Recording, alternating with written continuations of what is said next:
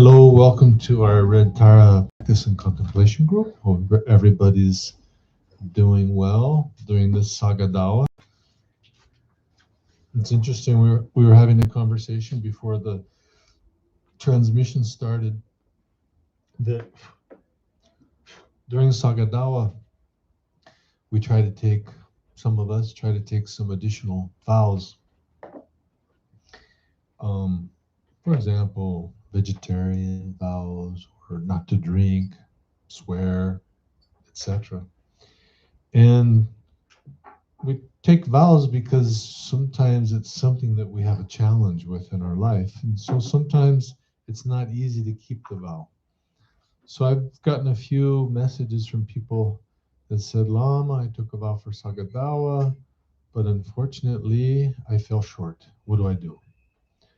So in case there's some people out there that are in this similar situation, here's what you do. You do the meditation of the four powers, invoking Vajrasattva as the witness in the presence of Vajrasattva, confessing whatever failing or shortcoming has occurred, together with a deep-hearted regret and a sincere regret. Thirdly, you recommit whatever that commitment was that you failed to keep. You don't just give up on it, you try again. So you make the commitment again. And then you try to rectify anything that perhaps was harmed by not keeping that commitment. And then you recite an accumulation of the Vajrasattva mantra, either the 6-syllable mantra or the 100-syllable mantra, and then keep going. Try again.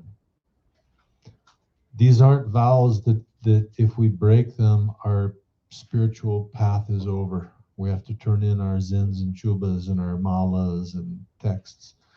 These are vows that we take to see our minds.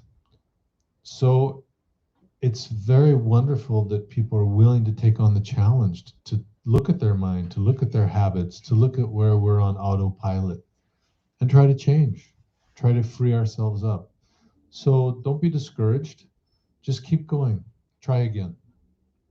And if you fail again, just do the four powers and renew your vows and try again. When we renew our vows, we don't renew with the thought, oh, if I fall short, I can just do the four powers and then start over again. No. We really sincerely try to keep it until the full moon or until the 25th when the Sagadawa month is finished. So don't go into it taking the vows thinking that you're going to fail. Think that you're going to hold them. But if it happens, it happens. Then do the four powers.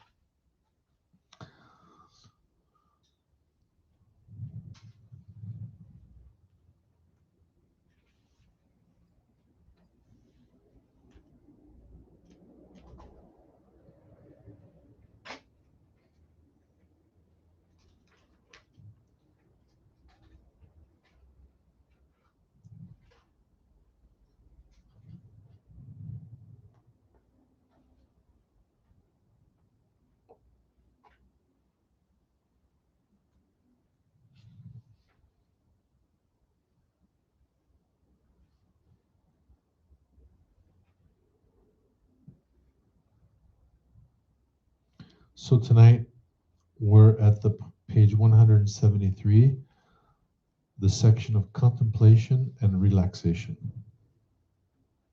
So it says, begin by contemplating one of the teachings we've discussed. So for a moment, let's contemplate impermanence, for example. Contemplate that inevitably we're all going to die.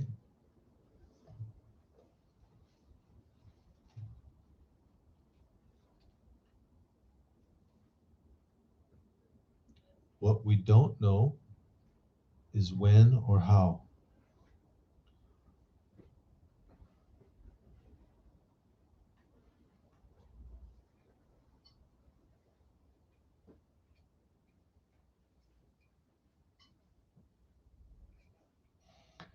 at the moment of death, there is only one thing that can help us. It's not our friends or our family or a fat bank account or a new car. It's our spiritual path, our spiritual practice.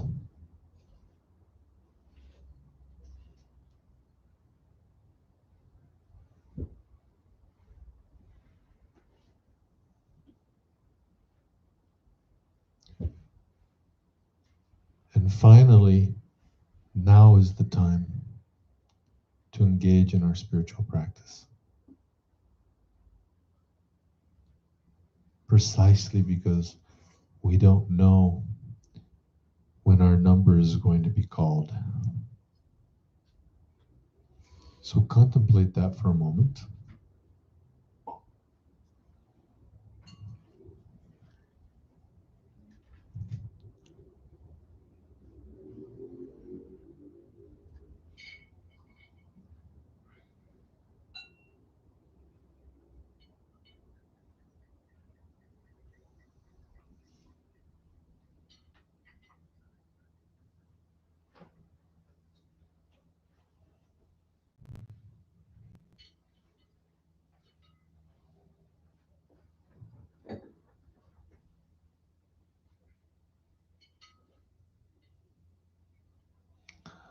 Now drop the analytical part of the contemplation and simply rest your mind.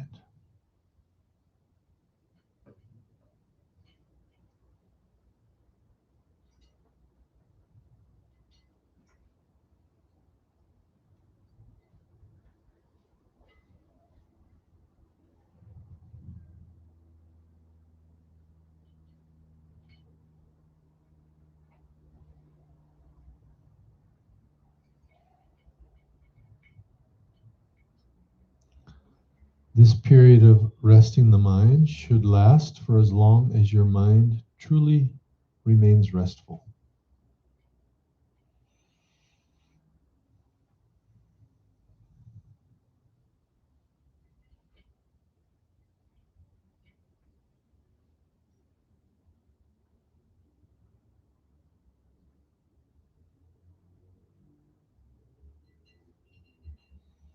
Then once you've noticed that your mind has drifted away or you've become lost in thoughts or distracted, then turn your mind towards the effortful meditation on compassion, generating compassion for all beings who are unaware of impermanence and the situation that we're all in.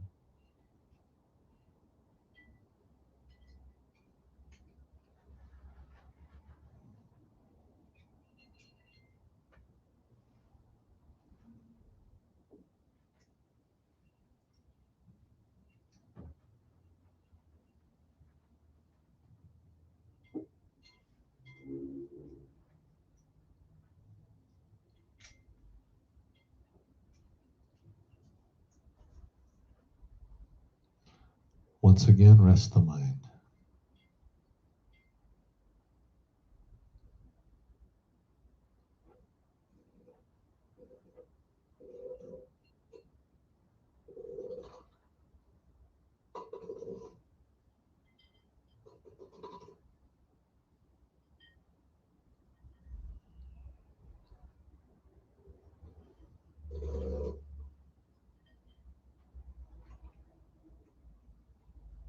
Again, if you find yourself distracted or drifting away,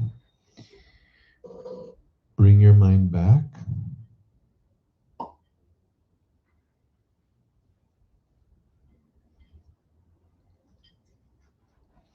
And invoke the blessings of the enlightened beings to help inspire you and guide you and protect you until you fully realize the meaning of, in this case, impermanence.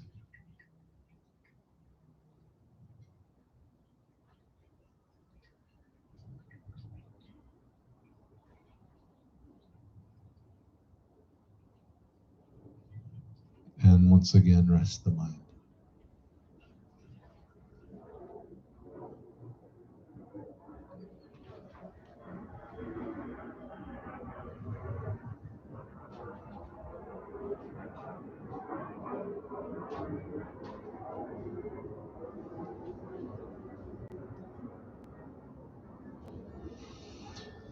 So we repeat this process of contemplating, resting the mind, giving rise to compassion, resting, making a commitment and praying and resting. As many times as you can with each topic of contemplation. You might be contemplating impermanence in the context of war, generate compassion for victims as well as the perpetrators.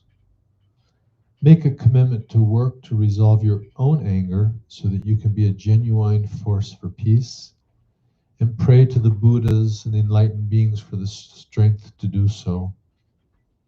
Once again, never forgetting to allow the mind to relax between each step. You can then contemplate karma in your life and then other contemplations and so forth. Concerning effortless meditation, when you allow the mind to rest, you simply don't follow happy or sad thoughts, neither those of the past or the future. Just let the mind relax. This does not mean pushing thoughts away, at the same time, not engaging them. When a thought arises, be aware of it and look at its nature. Does it have solidity? Does it have a foundation? When you don't find any, rest there and the thought will dissolve. If so many thoughts arise that you begin to lose the state of relaxation, don't fight or repress them. Instead, return to the contemplation and relaxation meditation. So for a moment, let's engage in this effortless meditation.